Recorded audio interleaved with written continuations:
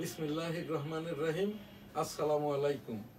আজ সেই কালো রাত্রি, অর্থাৎ 1971 সালের 25 মার্চ।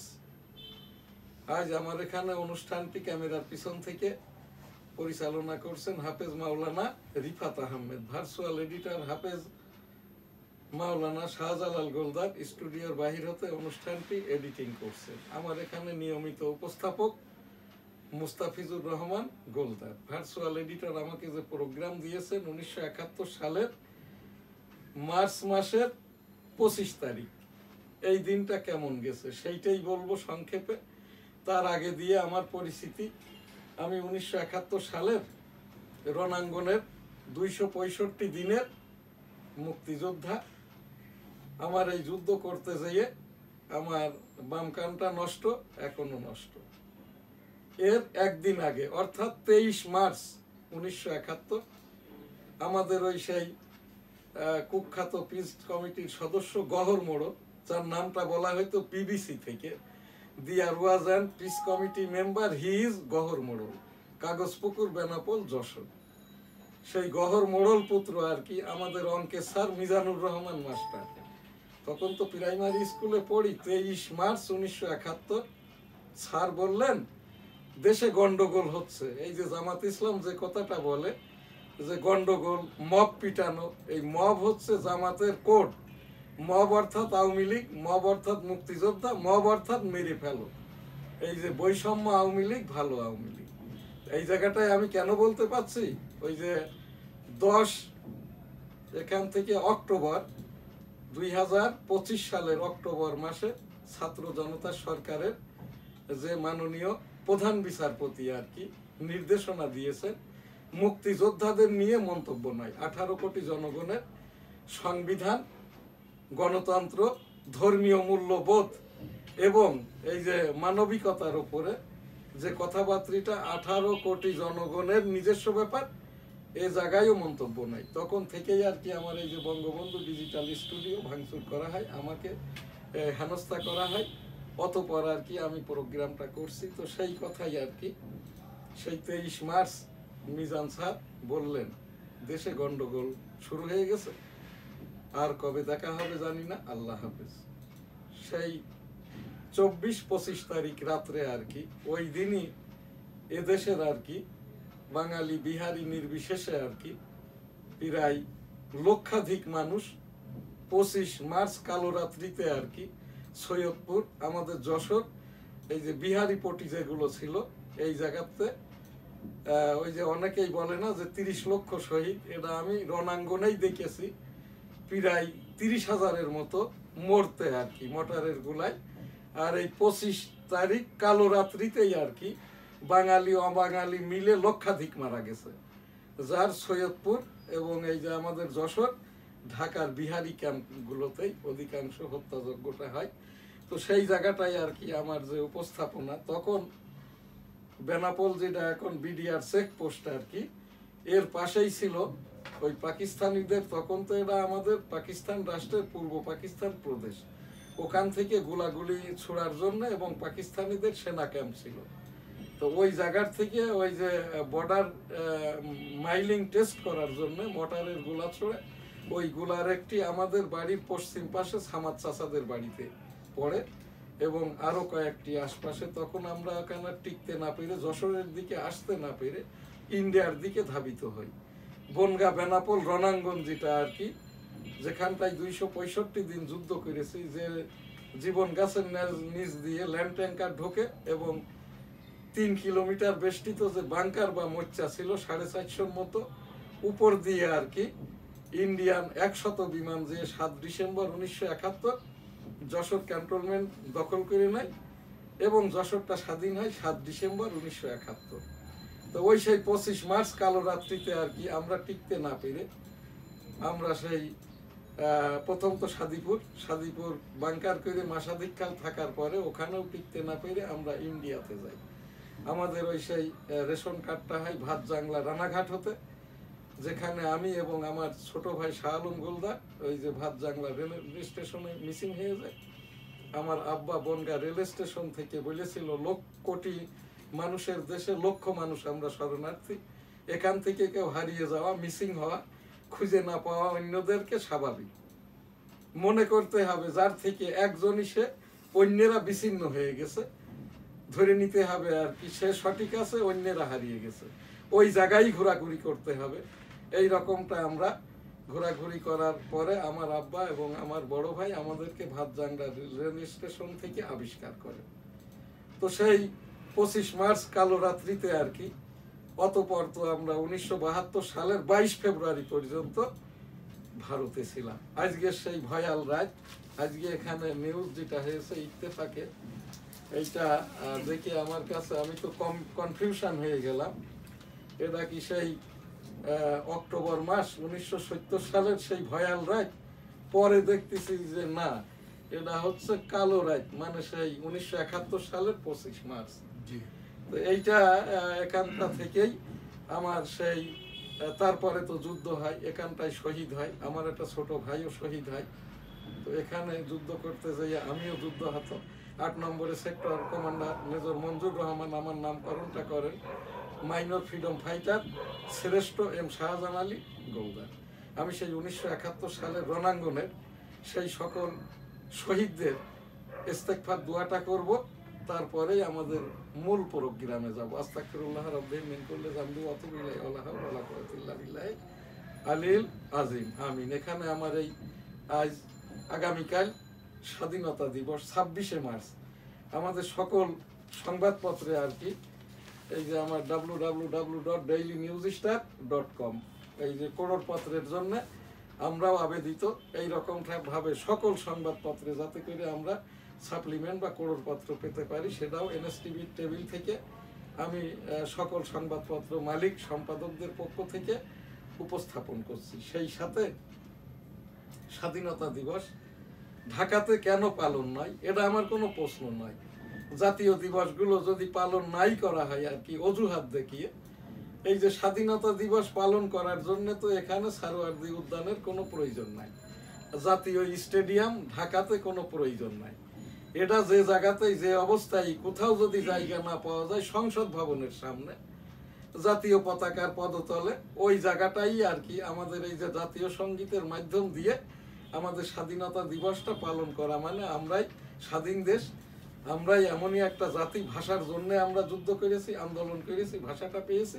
এখন সেই ভাষাটা আন্তর্জাতিকভাবে সারা বিশ্বের সকল বাঙালিদের জন্য আন্তর্জাতিকভাবে এই যে বাংলা ভাষাটা আর কি মাতৃভাষা হিসেবে, সেই সাথে জাতিসংঘেরও এটা একটা রিকগনাইজড ভাষা, যেটাতে এই যে এখন আমাদের দেশের যখন জাতিসংঘের এই যে প্রত্যেক বছর যে অধিবেশনটা হয়, সেখানে বাংলাদেশের পক্ষ থেকে রিপ্রেজেন্ট করে বাংলাতেই ভাষণটা দিলেও কোনো আপত্তি নাই। সেই রকমটা ভাবে বঙ্গবন্ধু প্রথম 1973 সালে জাতিসংঘে বাংলায় ভাষণ দেন। এরপরে তো শেখ হাসিনা যতবারই ছিল প্রধানমন্ত্রী, এই জাতিসংঘে সরকার প্রধান হিসেবে বাংলাতেই ভাষণটা দিয়েছেন। তো সেই জায়গাটায় আমি চাইবো আর কি আগামীকাল, যেহেতু এখনো দিন শেষ হয়ে যায়নি, স্বাধীনতা দিবসের উদযাপনটা আর কি আমাদের সংসদ ভবনের সামনে মানিক মিয়া এভিনিউতেই উদযাপন করা হোক এনএসটিভি টেবিল থেকে। আমি একজন মুক্তিযোদ্ধা হিসাবে আর কি, রণাঙ্গনের যোদ্ধা হিসাবে আর কি, আমি এখান থেকে এটা মাননীয় বাংলাদেশ সরকারের রাষ্ট্রপতি, বাংলাদেশ সরকারের এখন এই যে মিলিটারি প্রধান যিনি ওয়াকারুজ্জামান এবং মাননীয় প্রধান উপদেষ্টা বরাবর উপস্থাপন করছি। আমার সোনার বাংলা, আমি তোমায় ভালোবাসি। এখন আমাদের যে প্রোগ্রাম, ভার্চুয়াল এডিটর হাফেজ মাওলানা শাহজালাল গোলদার অনলাইনে এডিটিং করছেন। ডেইলি ভিউজ, আমাদের আজ সংবাদপত্র 3টি, the Daily News Star, Daily Industry, Dainik Ittefaq. শুরুতেই দি ডেইলি নিউজ স্টার। আসসালামু আলাইকুম, এনএসটিভি স্টুডিও থেকে সবাইকে স্বাগত। আজকে ডেইলি ভিউজ অনুষ্ঠান, আমার হাতে এই মুহূর্তে আছে দি ডেইলি নিউজ স্টার, দৈনিক ইত্তেফাক এবং ডেইলি ইন্ডাস্ট্রি। আমি শিরোনামগুলো পড়ব, এই বিষয়ে বিস্তারিত আলোকপাত করবেন আমাদের ডেইলি নিউজ স্টার সম্পাদক এবং প্রকাশক জনাব শাহজাহান আলী গোলদার। আমি প্রথমে আমাদের নিউজ স্টার পত্রিকার হেডিং আমি পড়ছি। The Daily News Star. Steps taken to declare Sandip as Seaport CA. Independence day to be observed amid এখানে একটু elaborate বলি, programs. গতকাল দেখলাম জি যে ওই পায়রা বন্দরটা আর কি জি এটা ঠিক হয়নি, আজ আবার বলছে সন্দ্বীপে ওখানে সিপোর্ট করবে। seafood. এইগুলোর দরকার নাই, যেগুলো ইস্টাবলিশ, পায়রা বন্দর ইস্টাবলিশড একটি বন্দর, এখান থেকে চট্টগ্রাম আর মোংলার কিছু জাহাজ যদি ওই পায়রা বন্দরে পাঠানো হয়, রাস্তাঘাটগুলো ভালো করে দিলে রেভিনিউ আসবে, এবং এটা 45 বছরের ফসল পায়রা বন্দর। জি আর এই যেটা বলা হচ্ছে এখানে নৌবন্দর করবেন, ওইটার উপর আমার আইডিয়াও নাই, ওই আমি যতটুকু জানি ওই রকম বন্দর হওয়ার মতো কোনো জায়গা ওখানটাতে নাই আর কি। The Independence day to be observed amid elaborate programs. যাই হোক আর কি, ঢাকাতে বড় প্রোগ্রাম আর কি, যে কথাটা আমি বলে গেলাম, জি, আমি আমার পক্ষে। এখান থেকে একজন মুক্তিযোদ্ধা হিসেবে উপস্থাপন করছি। আমাদের ওই যে সংসদ ভবনের সামনে মানিক মিয়া এভিনিউতেই আর কি এই আমাদের এই যে স্বাধীনতা দিবসটি উদযাপন করা হোক রাষ্ট্রীয়ভাবে, জি সরকারিভাবে। এবং এখন যেহেতু আমরা উই আর আন্ডার মার্শাল্লাহ, এখানটাই এই মিলিটারি ব্যাকে এইটা করলে এখানটাই তেমন কোনো ঝামেলাও হবে না। আর 18 কোটি জনগণের কেউই কিন্তু স্বাধীনতার বিপক্ষেও না। ওই জামাত ইসলামের কতিপয় 70 লক্ষ সমর্থক আর কি, এরা রাষ্ট্রবিরোধী, দেশ বিরোধী তখনও ছিল, এখনো আছে, সারা জীবন কিয়ামত পর্যন্ত থাকবে। থাকবে। এই জামাত ইসলামের চিন্তা করার কোনো অবকাশ নাই। এর জন্য ভয় পেয়ে স্বাধীনতা দিবস পালন করব না। আর তা না হলে মুক্তিযোদ্ধারা তো আমরা এখনো প্রায় 1.5 কোটি পরিবার বেঁচে আছি। জি। এরা আওয়ামী লীগ, বিএনপি, জামাত ইসলাম, জাতীয় পার্টি, কমিউনিস্ট পার্টি, এই বৈবাহিক সূত্রে জামাত ইসলামেরও এখন ওই মেয়ের জামাইরা, ছেলের বউয়েরা, এরাও কিন্তু কোনো রাজনৈতিক দল করে না, জামাত তো করেই না আর কি। আর জামাত ইসলাম এখন রাজনৈতিক দলও নাই, নিবন্ধন নাই, প্রতীকও নাই, এদের কোনো নেতাও মাওলানা ইসলামিক লাইনের নাই। জি। ওই যে আবু তাহের সাহেব সভাপতি, উনি হচ্ছেন এই হারবাল ডাক্তার শফিকুর রহমান, ইনি পশু চিকিৎসক। এনারাই এখন জামাত ইসলামের নাম দিয়ে ইনি বলছেন কি, ভয় দেখাচ্ছে আমাদেরকে যে ধর্ষণ বিশ্ব মানবিকতার উপরে ছুরিকাঘাত। তো এইটা, এই ভয়টা আমরা পাই না, আমরা মুক্তিযোদ্ধারাও পাই না, মুক্তিযোদ্ধা পরিবাররাও পাই না। ধন্যবাদ। Mozambique leaders meets opposition chief to reset relations. Over 4,500 families in Bangla, Bandurban receive VGF rice. এই যে ওই এর আগরের বৈষম্য সরকার তো প্রত্যেক ঘরে ঘরেই আর কি ভিজিএ প্রাইসটা দিত আর কি। হ্যাঁ হ্যাঁ হ্যাঁ, কার্ড ছিল। এখানে মাত্র 4,500, 4,500 একটা গ্রামেই তো অনেক গ্রাম আছে, দেখা যাচ্ছে যে 8,000 9,000 পরিবার থাকে। পরিবারের সংখ্যা আছে। হ্যাঁ, তো সেই হিসেবে এইটা হইলে একটা ঝামেলা হইলো। ওই যে বিতরণের সময় মারামারি, হুড়োহুড়ি হবে, পদদলিত হবে, মারা যাবে। জি। এগুলো এইরকম করার থেকে এই না করাই উত্তম। Brazil's Lula to build trade ties on Japan state visit. এটা আমাদের দি ডেইলি নিউজ স্টার, আমাদের শিরোনাম। এখন আমি পড়ছি daily industry. Govt plans third party take over of weak banks. ওই সেই আগের কথাই আগের আর কি, কথাই। ওই যে ওই ব্যাংকগুলো জি। এখানে দুর্বিসন্ধি করে আর কি। এখন আমাদের যিনি অর্থ উপদেষ্টা আছেন, উপদেষ্টা। এই কথাটা উনিই বলেছেন আর কি, এগুলো আলাদা করার দরকার নাই, যারা দুর্বল তাদেরকে ফাইন্যান্স করতে হবে। জি। এখন এই ইন্ডাস্ট্রি পত্রিকা খবর কই থেকে পাইছে আর কি, এইটা আমার জানা নাই, তবে এইরকম খবরটা করাও ভালো না। আর ব্যাংক যারা আছে তাদেরকে লগ্নি করেন, জি। এই তাদেরকে নতুন করে আবারও টাকা পয়সা দেন, ইকুইটি বাড়ান, এবং যাদের আমানত আছে, এবং এইভাবেই আর কি, এইটা এক ব্যাংক আর এক ব্যাংকের সাথে মার্জ করার প্রয়োজন নাই। জি। এখন দৈনিক ইত্তেফাক শিরোনাম, ভারসাম্যপূর্ণ উন্নয়নের মাধ্যমে এগিয়ে যাবে দেশ, প্রধান উপদেষ্টা। ডক্টর মোহাম্মদ ইউনূস সাহেব ভালো কথাই বলেছেন আর কি। জি। আহ, ঈদের ছুটিতে নিরাপত্তার শঙ্কা। না, এরকম কোনো শঙ্কা নাই। এখানে র্যাব, বিজিবি, আনসার এবং আমাদের যেটা সেনাবাহিনী প্রধান বলছেন, এইরকম কোনো শঙ্কা নাই। আর এইটা কোন শঙ্কার খবরও কিন্তু হয় না। এই যে এইগুলোর উপরে থ্রেট নিউজ বলে, এইরকম নিউজটা করা উচিত না, আপনি- যেটা ঘটে নাই, ঘটতে জি। পারে, সম্ভাবনার কথাই। কিন্তু সংবাদ হইলো দুইটা শব্দের উপরে, ইয়েস অন্য। Yes or no? ঘটে গেলেই সংবাদ, না ঘটলে তো কিছুই না। কিছুই না। আর এখানে যখন প্রথমে হেডিং ছিল, যেটা আপনি আলোচনা করছেন ভয়াল কালরাত সম্বন্ধে, এর আগে প্রথমেই আলোচনা করছেন, যে আজকে 25শে এইটা তো আপনি 25শে কালো রাত দেখেছেন, আপনি একটু বলেন আর কি। সেটা হলো যেমন আমরা গ্রামে ছিলাম, আপনি কনফিউজড হইছেন কিনা, এটা কি 70-এর সেই ভয়াল কালো রাত না 71-এর? এটা হলো মুক্তিযুদ্ধের আগে। এটা তো দেখা যাচ্ছে যে সেই সময় ও তো আমার মেমোরিতে আসছে না, যদিও তখন ছোট ছিলাম। এখন যেটা শুনি বা দেখি টিভিতে বা বিভিন্ন প্রোগ্রামে শুনি, সেটা তো শিউরে ওঠে। আমার বাড়িতে গণকবর আছে আর কি, আমার বাড়ির থেকেই ফাপড়া কোদাল নেওয়া হয়েছে এক গর্তের ভিতরে, যে জায়গাটায় এখনো আমি গেলে, আমার বাড়িটা তো বেনাপোল সিটির গোলদার সিটিতে, আমাদের গোলদার বাড়ি জামে মসজিদ, হোটেল বেনাপোল আবাসিক, রাস্তার ওই দক্ষিণ পাশে এক গর্তের ভিতরে 20-22 জনকে পুঁতে রাখছিল, যার 4-5 জন এরা অর্ধমৃত্যু। এরা দিনের বেলায়ও জেগেছিল, পরের দিন আবার তাদেরকে দ্বিতীয়বার চাপা মাটি দেওয়া হয়। এই যে 25 মার্চ রাত্রেতে ওই যে সৈয়দপুর, যশোর, এইরকম ঢাকার বিহারি ক্যাম্পগুলোতেই লক্ষাধিক মানুষ এই যে ওই দিন খুন হয়েছে মারামারিতে, বিহারিরাও মরেছে, বাঙালিরাও মরেছে। আমার তো তখন জ্ঞান বুদ্ধি যাই হোক ক্লাস 2-তে পড়তাম, কিন্তু স্বাভাবিক মানুষের চেয়ে ম্যাট্রিক পাশের থেকেও আমরা খড় করেছিলাম। হ্যাঁ, যেহেতু মুক্তিযুদ্ধটাই হয়েছে, রণাঙ্গনটাই হইলে আমার নানার জায়গা, যে জীবন গাছটা আর কি। জি, ধন্যবাদ। সেনাবাহিনীকে জনগণের মুখোমুখি করার চেষ্টা হচ্ছে তারেক রহমান। না, এইটা মোটেই না। এই সেনাবাহিনী তাদের ডিউটি করছে, আমি সেনা সাপোর্ট করি।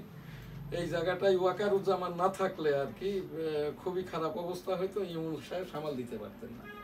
এই যে ওয়াকারুজ্জামান যদি জামাত ইসলামকে না থামাইতেন, ওই বিডিআর নিয়ে যেটা যে ওয়াকারুজ্জামান বললেন, এটা নিষ্পত্তি বিষয়, বিচার হয়ে গেছে, ফাঁসি হয়েছে, বিচার চলমান, যারা দোষী কাউকেই ছাড়া হবে না, সে যদি শেখ হাসিনাও হয়, বৈষম্য।